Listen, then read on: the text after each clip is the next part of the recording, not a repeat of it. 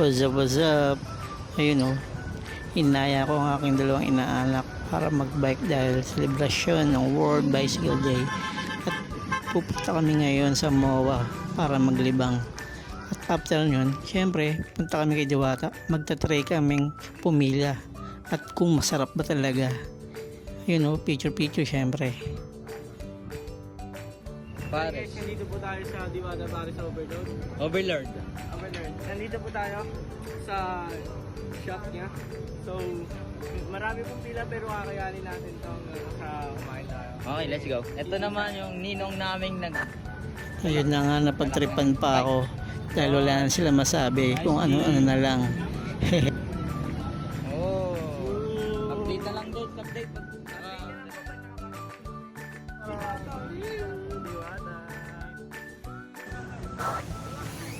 At ayun na nga, nakapila na kami dyan para papasok sa dine-in at pag-claim ng sa soft drinks at sa pares. Na po kami.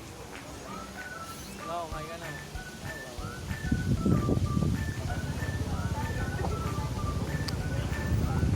Ayan na nga, lapit na kami sa pag-claim.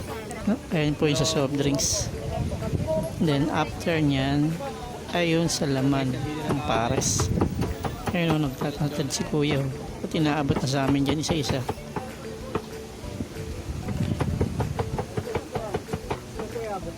Then after nyan sa kanin, sa sabaw at sa soft drinks ng pag-claim.